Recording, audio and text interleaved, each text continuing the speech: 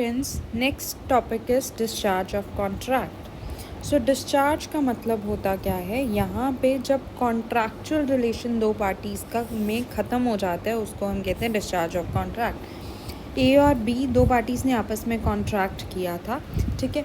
अब क्या क्या वो रीज़न्स होंगे, क्या क्या वो वजह होगी जब ये दोनों पार्टीज़ जो है इनकी तरफ से कॉन्ट्रैक्ट ख़त्म हो जाएगा, उसको हम कहते हैं डिस्चार्ज ऑफ कॉन्ट्रैक्ट। किन किन तरह से कॉन्ट्रैक्ट डिस्चार्ज हो सकता है? आपने दोनों ने काम कर दिया, you have done your performance, तो मतलब आप दोनों पार्टीज़ जो है कॉन्ट्रैक्ट से डिस्चार्ज हो गए हैं, कॉन्ट्रैक्ट ख़त्म हो गया है। या टाइम निकल गया है, आपने काम नहीं किया, एक पार्टी ने काम नहीं किया, अब दूसरी पार्टी को भी काम करने की ज़रूरत नहीं है। या फिर ब्रीच ऑफ कॉन्ट्रैक्ट, किसी एक पार्टी ने अपना कॉन्ट्रैक्ट तोड़ दिया, ठीक है। सपोज़ ए ने बी को गुड्स डिलीवर करने थे लेकिन उसने गुड्स डिलीवर नहीं किए, तो बी पैसे क्यों देगा, राइट। तो ब्रीच हो जाता है, तो दोनों पार्टीज डिस्चार्ज हो गई या एक पार्टी डिस्चार्ज हो गई। देन सब्सिक्वेंट इम्पॉसिबिलिटी, पहले कॉन्ट्रैक्ट सही था पर कॉन्ट्रैक्ट बनने के बाद जो है वो इम्पॉसिबल हो गया। हम उसके पॉइंट्स भी करेंगे कि कौन कौन से पॉइंट्स हैं जिससे इम्पॉसिबल हो जाता है, कॉन्ट्रैक्ट फिर करने की ज़रूरत नहीं होती। अग्रीमेंट और म्यूचुअल कंसेंट, दोनों ने डिसाइड किया कि चलो उस टाइम पे तो हमने पूरा कॉन्ट्रैक्ट बना लिया था पर अब हमें कॉन्ट्रैक्ट में आगे जाना ही नहीं है, दोनों पार्टीज डिस्चार्ज हो जाएंगी। या लॉ में कुछ चेंजेस होगी, ऑपरेशन ऑफ लॉ की वजह से आप जो है कॉन्ट्रैक्ट करने की अब आपको ज़रूरत नहीं है। तो ये सारे पॉइंट्स हैं जब दोनों पार्टीज़ या दोनों में से एक पार्टी डिस्चार्ज हो जाती है फ्रॉम द कॉन्ट्रैक्ट, कॉन्ट्रैक्ट से बाहर आ जाती है। सबसे पहले discharge by performance, actual performance means जब आपने अपना काम कर दिया हो। ए ने गुड्स डिलीवर करने थे बी को, ए ने गुड्स डिलीवर कर दिए, बी ने पैसे दे दिए, तो एक्चुअल परफॉर्मेंस हो गया। अब दोनों पार्टीज़ कॉन्ट्रैक्ट से बाहर आ चुकी हैं। अटेम्प्टेड परफॉर्मेंस का मतलब क्या होता है, ए ने बी को गुड्स डिलीवर करने थे, ए ने ट्रक तैयार किया, उसमें लोड किए गुड्स और बी के ऑफिस में पहुंचा दिए, लेकिन बी का ऑफिस बंद था। अब बी की वजह से अब कॉन्ट्रैक्ट फुलफ़िल नहीं हो पाया, ए अपने ऑर्डर जो है वो डिलीवर नहीं कर पाया, लेकिन ए ने अपनी तरफ से अटेम्प्ट तो किया था परफॉर्म करने का। नाउ ए इज़ डिस्चार्ज्ड, अब ए को कुछ भी करने की ज़रूरत नहीं है, ए सू कर सकता है बी को। क्यों? क्योंकि उसने अपना काम करने की पूरी कोशिश की थी, बी की वजह से वो अपना काम पूरा नहीं कर पाया। तो अगेन अब ए को दोबारा जाके डिलीवर करने की ज़रूरत नहीं है या और कुछ करने की ज़रूरत नहीं है, वो सीधा कोर्ट में जाके बी से कंपनसेशन क्लेम कर सकता है। इसके क्या क्या पॉइंट्स होते हैं अटेम्प्टेड परफॉर्मेंस के? अटेम्प्टेड परफॉर्मेंस को टेंडर भी कहा जाता है। ये हमने बेसिकली परफॉर्मेंस ऑफ कॉन्ट्रैक्ट में भी किया होगा। राइट साइड पे मैं आपको लिंक डाल दूँगी उस वीडियो का, उस पर टेंडर के क्या एसेंशियल पॉइंट्स है वही देख लीजिएगा। देन उसके बाद effect of refusal to accept a valid tender, अगर सपोज़ आपने अटेम्प्ट किया, टेंडर कहते हैं अटेम्प्टेड परफॉर्मेंस को, आपने जैसे ए ने इस केस में कुछ डिलीवर करने का पूरा ट्राई किया पर बी का ऑफिस ही बंद था, बी का बिजनेस ही बंद था, वेयर हाउस ही बंद था, इस वजह से ए डिलीवर नहीं कर पाया। तो अब ए के पास क्या रेमेडी है, ए बी को ब्रीच ऑफ कॉन्ट्रैक्ट की वजह से सू कर सकता है, कंपनसेशन क्लेम कर सकता है। और कोर्ट क्या कहेगा? कोर्ट कहेगा ए ने भले ही एक्चुअल में गुड्स डिलीवर नहीं किए क्योंकि पर उसने अटेम्प्ट करने का ट्राई किया था, तो इसीलिए ए अब डिस्चार्ज हो गया कॉन्ट्रैक्ट से, ऐसा माना जाएगा कि ए ने अपना काम कर दिया है। नंबर 2, दूसरा डिस्चार्ज कैसे हो सकता है? लैप्स ऑफ टाइम की वजह से। मतलब आपको सपोज़ मंडे तक गुड्स डिलीवर करने थे, ए ने बी के साथ कॉन्ट्रैक्ट किया था कि वो इस मंडे को गुड्स डिलीवर कर देगा, इस मंडे को गुड्स डिलीवर नहीं हुए, ट्यूसडे को डिलीवर नहीं हुए, ठीक है। उस पूरा वीक निकल गया, पूरे वीक में गुड्स डिलीवर नहीं हुए, बी ने भी उस पर कोई एक्शन नहीं लिया। तो अगेन ऐसा टाइम जब कंप्लीट हो जाता है, स्पेसिफाइड टाइम तक आपने कॉन्ट्रैक्ट फुलफ़िल नहीं किया और दूसरी पार्टी ने भी उसके ऊपर कोई लीगल एक्शन नहीं लिया, तो इन दैट केस अगेन दोनों पार्टीज़ अब कुछ नहीं कर सकती।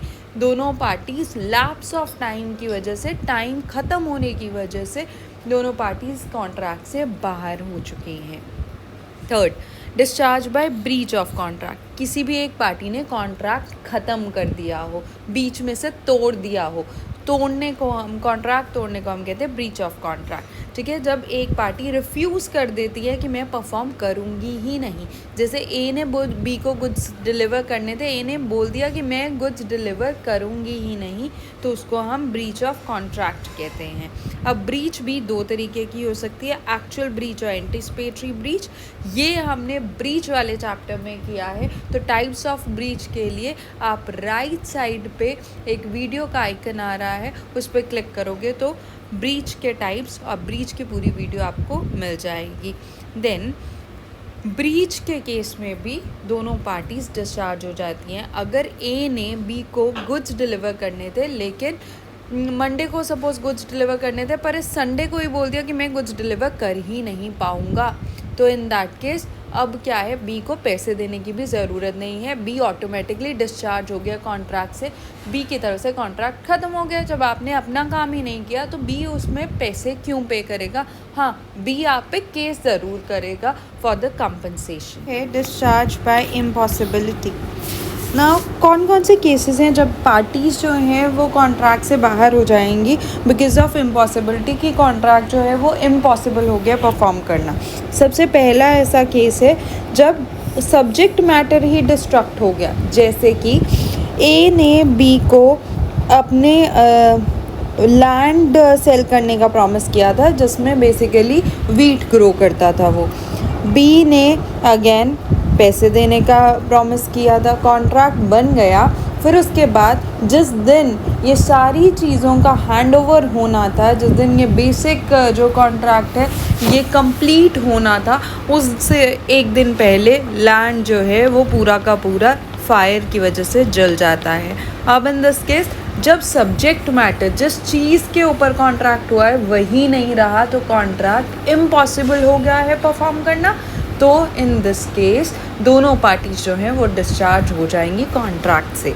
दूसरा, अगर पर्सनल इनकैपेसिटी हो जाती है या डेथ हो जाती है प्रॉमिसर की स्पेशली, और ऐसे प्रॉमिसर की जो कि प्रॉमिस किया हो जिसने कुछ पर्सनल स्किल लगाने का, जैसे पेंटर हो गया या कोई पर्सनल स्किल जिसकी लगनी थी, उस पर्सन की ही डेथ हो जाती है। जैसे ए एक सपोज़ पेंटर था, उसने बी को प्रॉमिस किया था कि वो उसकी पेंटिंग बनाएगा, बी ने कहा था पेंटिंग रिसीव होने के बाद वो उसको पेमेंट कर देगा।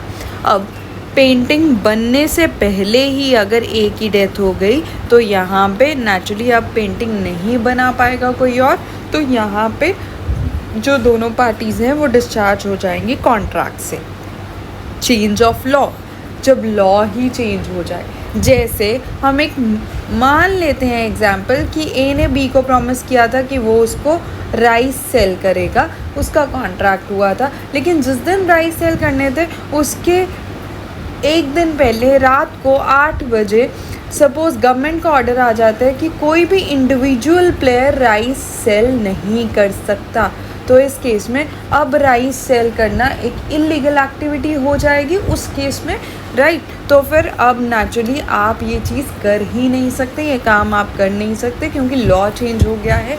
तो दोनों पार्टीज डिस्चार्ज हो जाएंगी फ्रॉम द कॉन्ट्रैक्ट, ना ए राइस सेल करेगा ना बी उसको पैसे देगा।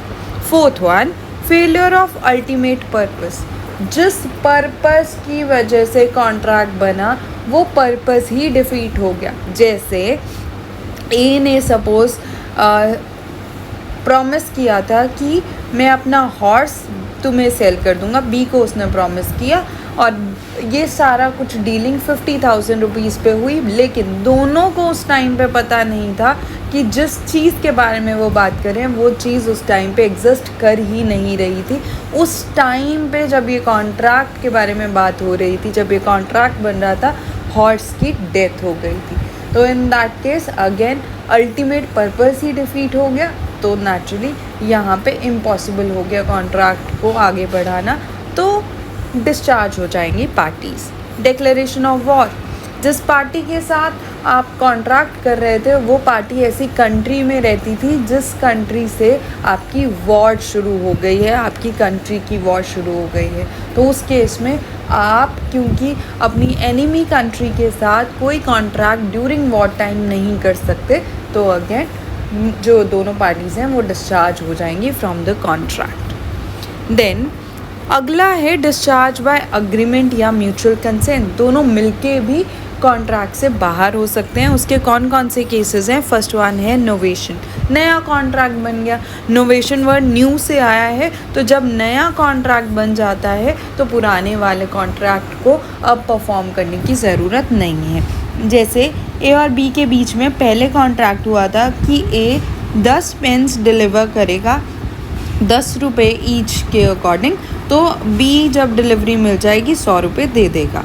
लेकिन कुछ टाइम बाद अभी 10 पेन्स की डिलीवरी होनी थी कि बी ने कहा कि इंस्टेड ऑफ 10 पेन्स मुझे 20 पेन्स दे दो फॉर द सेम प्राइस, तो मैं जैसी डिलीवरी रिसीव होगी मैं तुम्हें 200 रुपये दे दूँगा।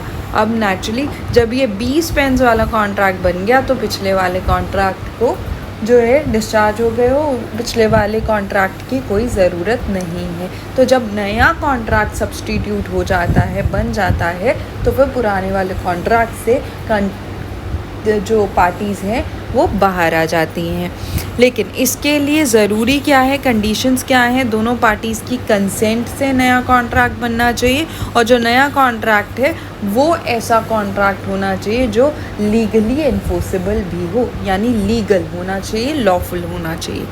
दूसरा और कैसे कॉन्ट्रैक्ट से बाहर आ सकते हैं? म्यूचुअली डिसाइड करके रिसीशन से। रिसीशन मतलब दोनों पार्टीज़ ने कॉन्ट्रैक्ट को रिसेंड कर दिया, अवॉइड कर दिया। ए ने कहा मैं डिलीवरी नहीं देने में इंटरेस्टेड, बी ने कहा मैं पैसे देने में इंटरेस्टेड नहीं हूँ। दोनों ने म्यूचुअली डिसाइड किया कि हमारे को कॉन्ट्रैक्ट में आगे जाना ही नहीं है।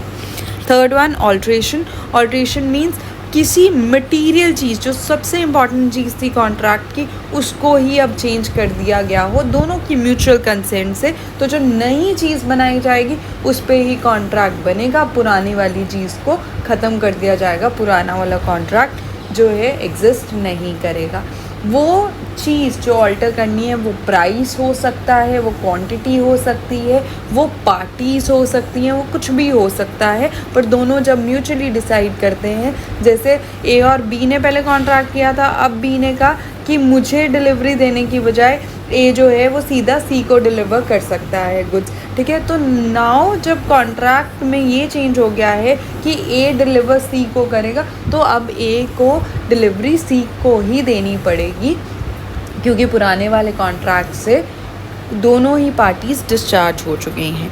नेक्स्ट है रिमिशन। रिमिशन मीन्स जब हम लेसर परफॉर्मेंस को एक्सेप्ट कर लेते हैं, यानी ए ने बी को कहा था मैं 500 यूनिट्स दूंगा और बदले में तुम मुझे 5000 रुपये दोगे, ठीक है। बी ने कहा ठीक है, लेकिन जिस दिन यूनिट्स डिलीवर हुए उस दिन बी ने कहा मेरे पास 3000 रुपये अभी हैं, तो मैं 3000 रुपये कैश में दे सकता हूँ। ए ने कहा ठीक है, मुझे 2000 रुपये का मैं तुम्हें डिस्काउंट दे रहा हूँ, मैं 3000 रुपये लेने के लिए रेडी हूँ। अब क्योंकि ए ने लेसर परफॉर्मेंस एक्सेप्ट कर ली है, 3000 रुपये में वो मान गया है, अब बाकी के 2000 बी को देने की ज़रूरत नहीं है।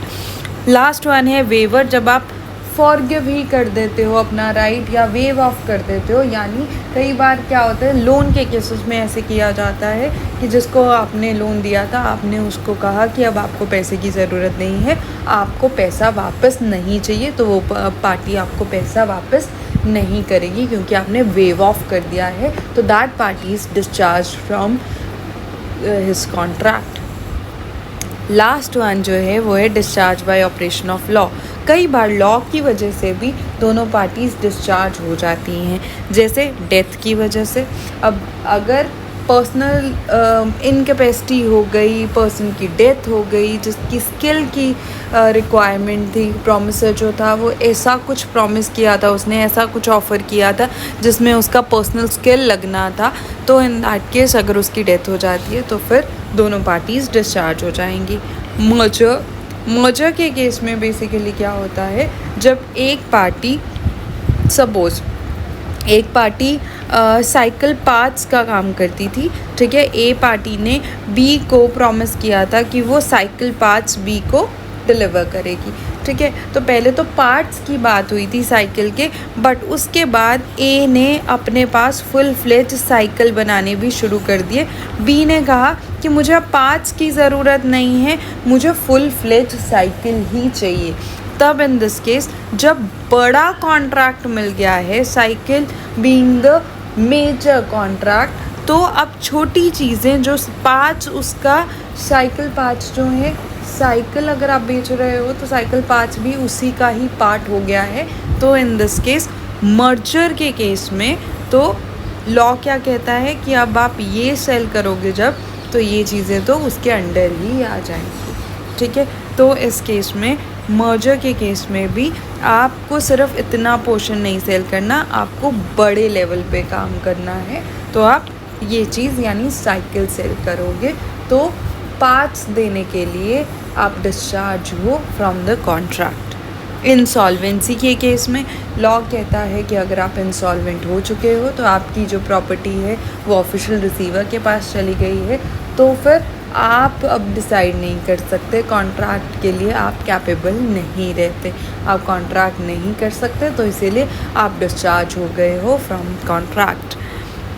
Unauthorised material alteration of the contract, आपने कुछ ऐसी चेंज कर दी, जैसे ए ने बी को बोला था कि मैं 1000 यूनिट सेल करूँगा तुम्हें और बदले में मुझे 1 लाख रुपए चाहिए, ठीक है। बी ने कहा सही है, मुझे कोई प्रॉब्लम नहीं है। ए ने कॉन्ट्रैक्ट में अपने आप 1 लाख की बजाय 2 लाख रुपए कर दिए। अब बी को बताया भी नहीं है, ए ने खुद से ऐसा किया है, तो अनऑथराइज्ड बहुत इम्पॉर्टेंट ऑल्ट्रेशन कर दी है। तो उस केस में अब बी को कोई पैसा देने की ज़रूरत नहीं है, क्योंकि कॉन्ट्रैक्ट ही यहाँ पे ख़त्म हो गया है, डिस्चार्ज हो गया है बी फ्रॉम द कॉन्ट्रैक्ट, क्योंकि बी से बिना पूछे ऐसी कोई चेंज की गई थी जो कि कॉन्ट्रैक्ट के लिए बहुत इम्पॉर्टेंट थी। सो ये सारे पॉइंट्स थे जहाँ पे पार्टीज जो हैं कॉन्ट्रैक्ट से बाहर आ जाती हैं। ऐसे ही बिजनेस लॉ के बाकी वीडियोस के लिए सब्सक्राइब कीजिए बिजनेस टेल्स को।